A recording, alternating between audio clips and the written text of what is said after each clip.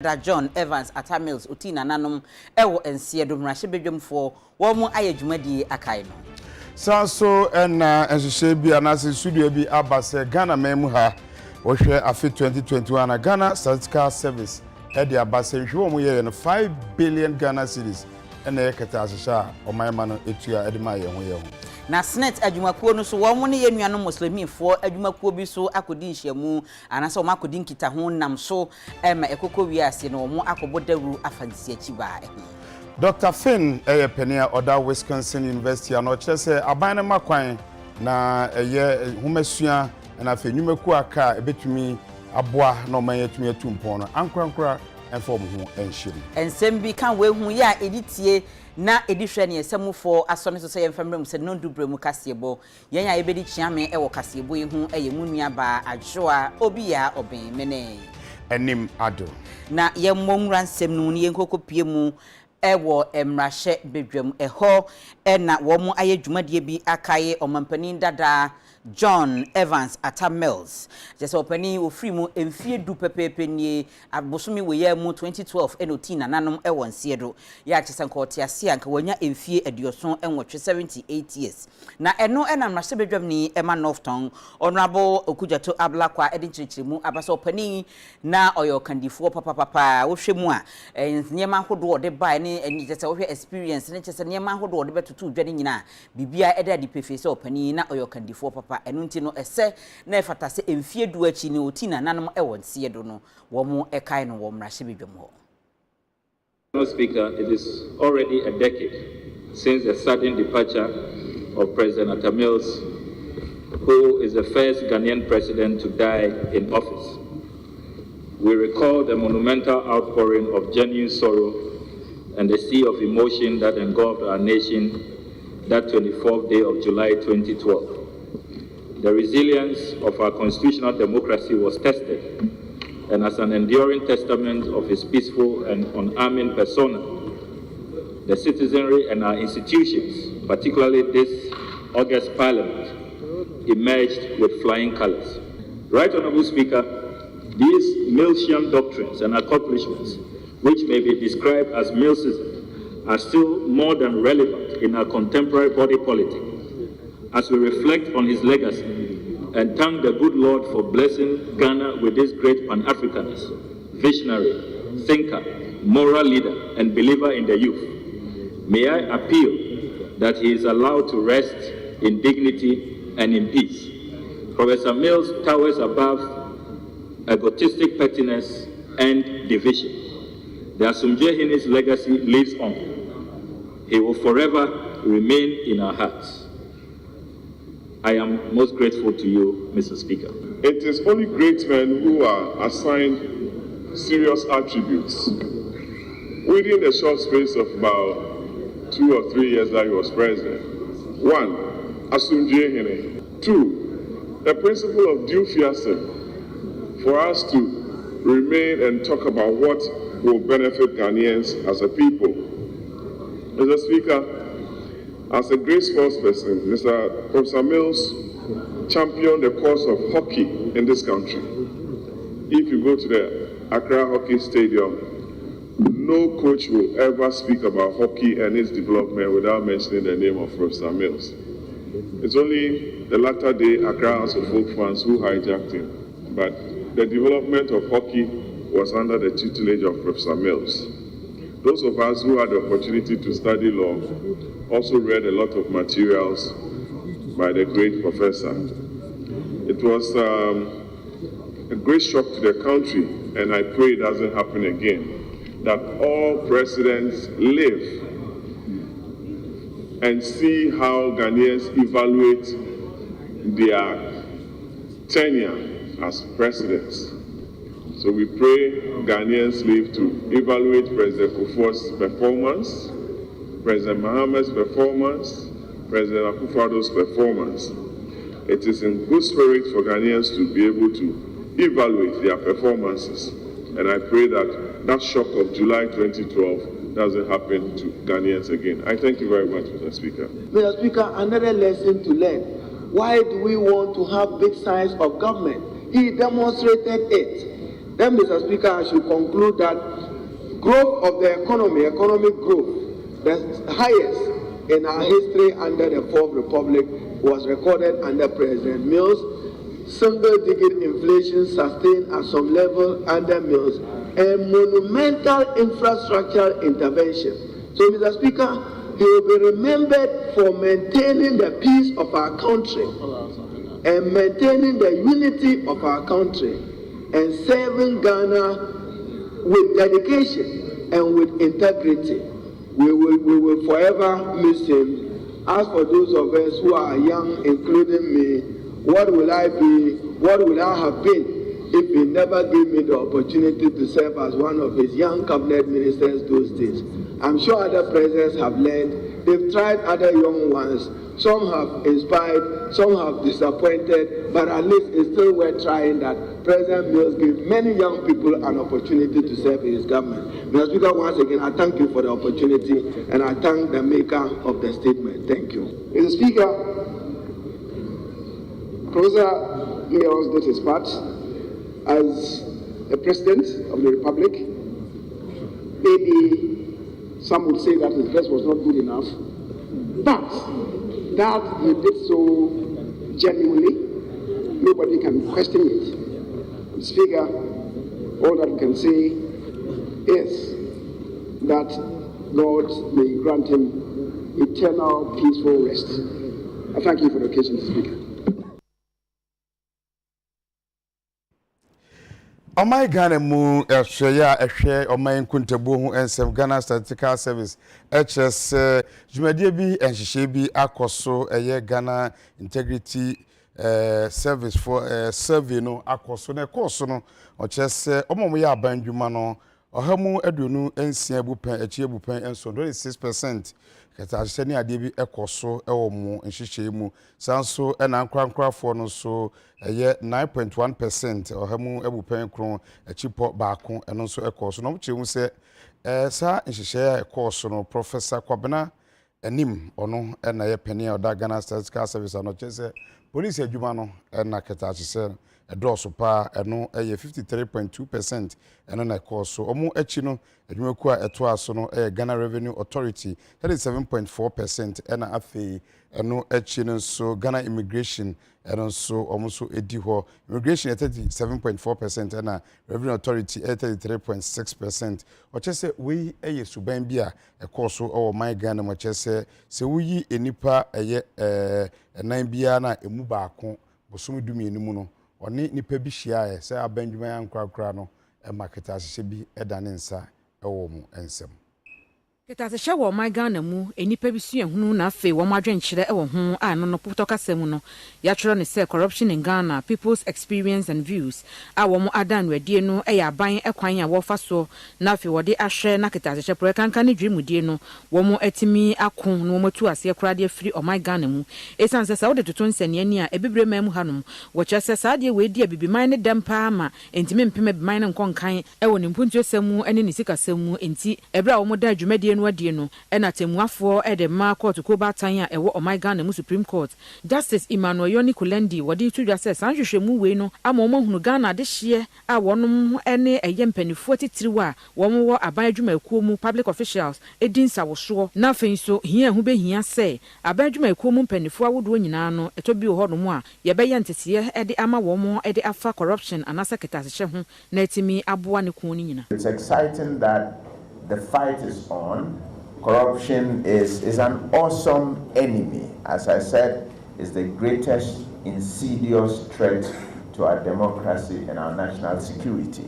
And if we don't stand up to it, as we can all see from the details, and to think that it's more prevalent among young people is frightening for me, as I think it will be for most of us here. It tells you where the future is headed. And so we've got to be up in our small ways and big ways and tackle this menace, overwhelm corruption before it overwhelms us. Ebra banko ntabufuo mapa eye government statistician Professor Samuel Kwabena Enim wakasa de afasa survey we anasa nhwehwemu we ho no ene wo che se wo mfiempene ne aduonu baako mu no nhwehwemu no ema omo hu ne se eye dwirim sika omanfo etua ye wo suma se de ma omanfo bi mo de wasa wo musire mu no na be se Ghana cedi no opepepepe enum 5 billion Ghana cedis na sade esifa koye no e wo sa afamu no wo kire mu sei e na de kire ye hona wo bisa hona wo tua na hona wo bisa won so na wo ntua ye hwe na bribery ni ntua nkata hyehyɛ wo Ghana na oye 26.7 in the year 2021 HD if anyimpa ekrobia if anyimpa anani bia no mukwer tua bribe in the year 2021 your code bisa how many times when I would tua bribe no in the year 2021 how many times na would tua bribe na ye hu there on the average no obi a otua bribe bia no either there will be Sunday on tua na when tua ana otua bribe AC 5 times ye day to 2 na ye hwe adult population na ochede we had about 17.4 million incidents of bribes are okay in 2021. Now, they share the value of bribes are in Kofutua on the average. In the Hunde, approximately 5 billion bribes were paid in 2021. In a year to share the policymakers what about to do other public expenditure lines, be it our ministry level expenditure line and our year real GDP growth rate.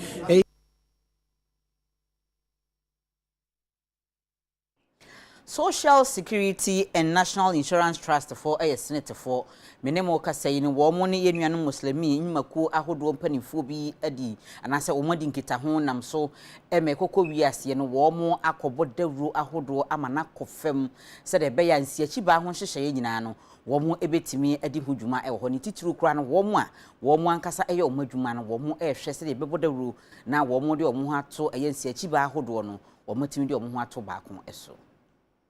Security and National Insurance Trust mechre Senate adwumako na no abanan ene nkramofo mpenifo bia kwakodi ehia de ato nanim kwampa wo nyina no obetumi afaso na waboa na maburu dodo na wo magana mu no Senate dwumadi anase Senate scheme obetumi de wo ho atoso bi mpenifo ne kasa yemno na wo tiri mu asese no amanfo wankasa no ye wona dwuma nipa be 14,000 pe na Senate pension scheme wode won ho atoso bie nyina no gina se amanfo wo magana mu dodo na no ye wona dwuma bodwa dwuma na wo ye se nya ban adwuma na se hia pa ne hu be hia kwanto bi no peso wotu ene hu be hia se wo so woda ne Senate ho nsɛm enya de nipa no betu anamo se Senate pension scheme wode no ho akoto so bi we na mo penyin kwankyerefo a Senate ku no da no Dr. John Ofori crying e de atudwa se mpenifo mboa na nkura wankasa wo ye won dwumadi anya ban adwuma no wonyina no obetumi de won ho ato Senate scheme no asubi Senate na to nsa frɛ muslimin for mpanyimfo omo edidi oma no se omo mra ne omo twetwe nkomo about sene ebe ya yebetumi ama temamufo a omo ye nkramufo a omo nso eye adwuma ankra adwuma anase even nkra omo ye adwuma ma adwuma wurafo omo ntua Senate no na omo ate Senate nase na omo aboayen na yetumi akọ omo mpesua so na ya register omo senia omo nso daachi omo ko ma homu jemu a omo ko mo ahan omo kakra na koda na bia ma meda omo so nti eno na ema ya to yensa frɛ muslimin for enei eno ane se obetu anamo wakọ Senate office bia ben wo na wakọ na wokọ abomodin afa Ghana card ekita na wokọ ono buko kire Senate for say maba me pese me betro medin e baji wa 2 na ama wa kwankire na ya kire say ne onso betimi adom Senate na wa protect akatua bi a wo gi no wa ba no wa be protect no say ne adache se ni ho a yen Senate nso ye be gina ho ne ya replace for you emra no e kire say free mfie dunum ekosi mfie aduanan enum 15 to 45 no akwanya wo ho so ba be dom Senate nanu akire no eno opanyina okasa de national chief imam Sheikh Arimi Yao Shaibu enso ebo mpinifo no ho ba se watena so pam se wo hia demu a oni nkramofo nyina betwetwe nkomo na wo mo nkyerɛkyerɛ hia se won so ne Senate pension scheme no wode won ho atusu bi yenya yasade oba so de mu kro na yasade se wo ma eta echi a ye so no wo mo yi edie hia no yasade senia wo betumi akoso ye na ahoto aka wo mo nti me magina chief mama ne mu na ma da Senate ase pa se ye tawo machi abre biara wo mpe kwanya mbeba nkramofo ye bibia wo bia no ye me pa de senia kopo chief mam me ne kasa ma fo de meta mo china sa adwuma no ewie payo.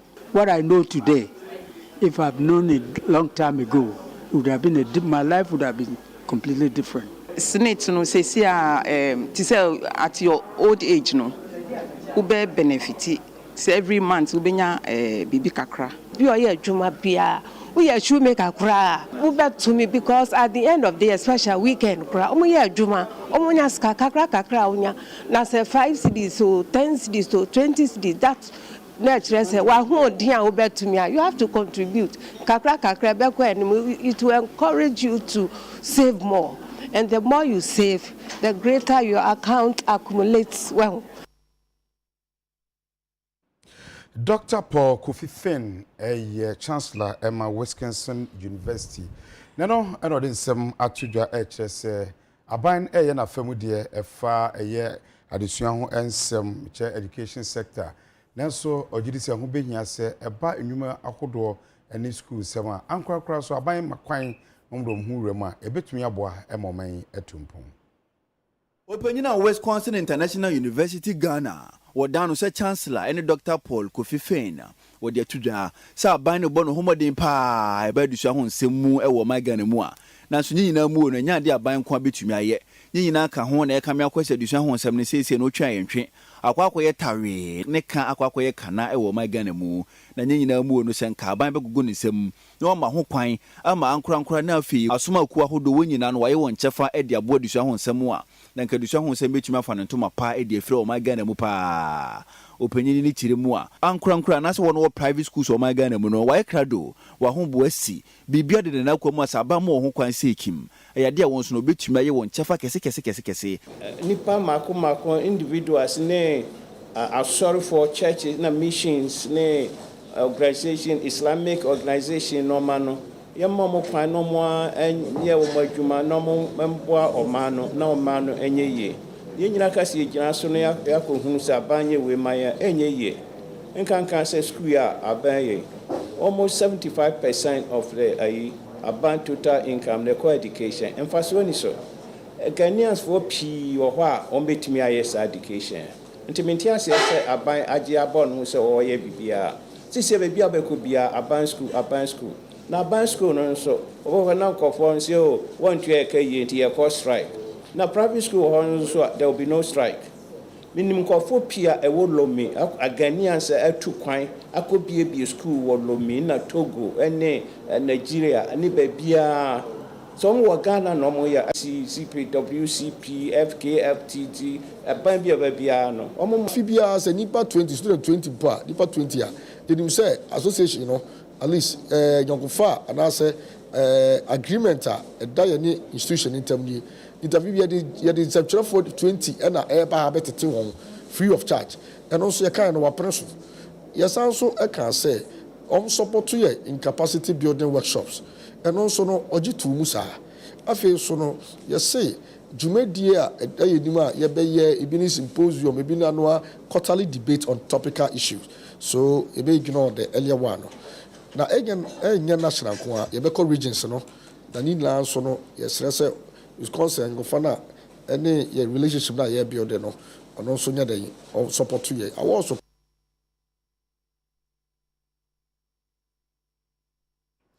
abusuafo mo gusua ehwe UTV nondu brem kase boba bi yadue betwa ye ho na yakoje aboafo nkrato abaye ba ani adone na pamfo betena se atwetwe nkomo afa ye nsaase ho nsem kwan a befa so a obetimi atobi wo mo a wo so fa kwati kwan so ekotobi aban nsaase ne ho nsem nyina no wo mo ebetwetwe ho nkomo nti menko ba bia ye twa ye ho na ya basisia